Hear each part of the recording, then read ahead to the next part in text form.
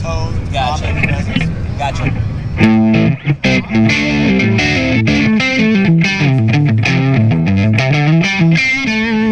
Okay, we're here at Soldano with Mike Soldano himself. Hi there. Hey. Hey. So, the rebirth of Soldano. Yes. Yes, I'm teaming with Boutique Amps Distribution to carry my brand forward into the infinite future. Nice, nice. So what do we have here? So what we have here is basically a bunch of stuff out of my personal collection, although this is the amp I originally built for Stevie Ray Vaughan back in 1990. Wow. And so and it's now its new home, its new caretaker is going to be Boutique Amps.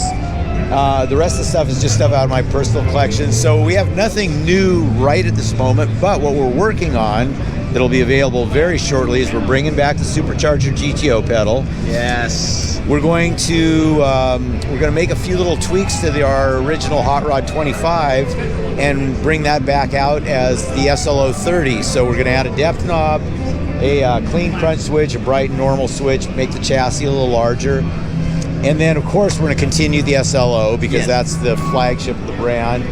We're going to have a line of some 412 and 212 speaker cabinets, and that's going to be our initial offering for this year. And then after that, because now my time is going to be freed up to do more design work, which is the part I love the most. Right. I'm going to start dusting off a few of my old notebooks and bring up some designs I've been wanting to do forever that I haven't had time to do. And so we're going to come up with some cool new things, which even I don't even know what they look like quite yet. Awesome. You know, so the sky's the limit now because I have unlimited resources and talent with Boutique, and everybody that works there has such a passion for this stuff that they're going to do it right. Awesome, awesome. Yeah, so I'm real excited. This is a fun new chapter for the brand. Well, I'm excited too personally because, like I told you earlier, I grew up like seeing the Soldano name, Soldano amps, played by my heroes, and this is by far one of my favorite sounds ever, guitar sounds ever. Oh, thank you so much. Thank you. And they look sharp, like the snake skin, the purple. I've always been. I've always felt like, you know, if it doesn't even look good enough to get your attention, you're not even going to plug it in and try exactly, it. Exactly. So this amp you built for Stevie Ray. Yes. Oh. So So I met him backstage at a show at the Greek Theater in Hollywood back in 1990, and we just started talking gear, and you know, my brand was still pretty new at that point, and not everybody knew who I was yet. So I asked him. I said, "Hey, have you ever heard of my amps or played one?" He goes, "Well, no." He says, "I've heard of you, but I've never had a chance to play one." I said, "Well, would you like to try one out?" And he's like, "Well, of course, yeah. You know, gear's cool." So I said, "Well, tell you what, I'll build you something and send it to you." So I took basically a stock SLO 100, and then what I did the tweed and the pointer knobs just because I kind of wanted to give it that vintage vibe because that was sort of what he was into. But then the main thing I did is we put a mid-range scoop filter in it. So there's a switch on the back which allows you to scoop out the mids. Okay. And I figured he might like that because his tone always kind of had that sort of scooped out kind of sound. So I figured that might be something he'd like. And so the whole thing was an experiment. I basically just wanted to send something out, have him listen to it, and then come back to me with, you know, like what changes he'd like to have made. Because I was really interested in building him a specific amp for his particular, you know, personalized for him. Right. And so that was the reason I put the mid scoop switch. I figured he could tell me which position he liked better, and then I could work around that, et cetera, et cetera. Well, by the time we shipped the amp to him, he was already on that tour, that fateful tour, when he was out with Clapton and Robert Cray and all that stuff. Anyway, needless to say, we all know what happened. Yeah. Helicopter goes down, he dies. And so I didn't hear anything for a long time. And then about, I don't know, it must have been 6 to 9 months later, I get a call from, I think it was his guitar tech.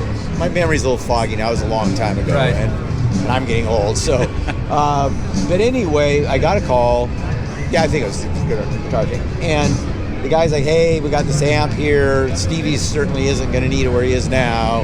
Can we send it back?" You know, I go, "Well, of course, yeah." So amp came back, but when I had him on the phone, I said, "Well, did Stevie, what do you think of it?" He goes, "Well, he did plug it. He did play it. He liked it. And he was talking that he wanted to call and talk to you more about it, you know, after the tour."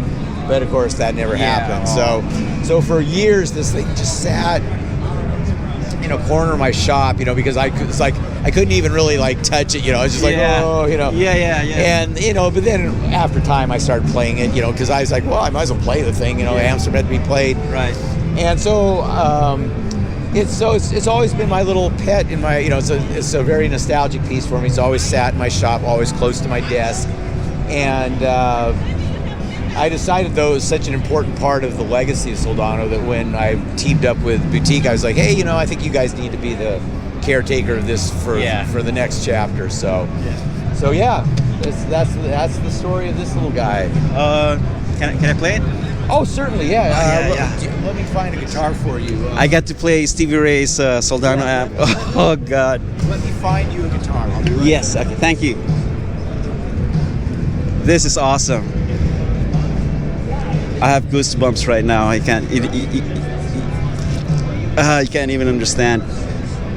Whew.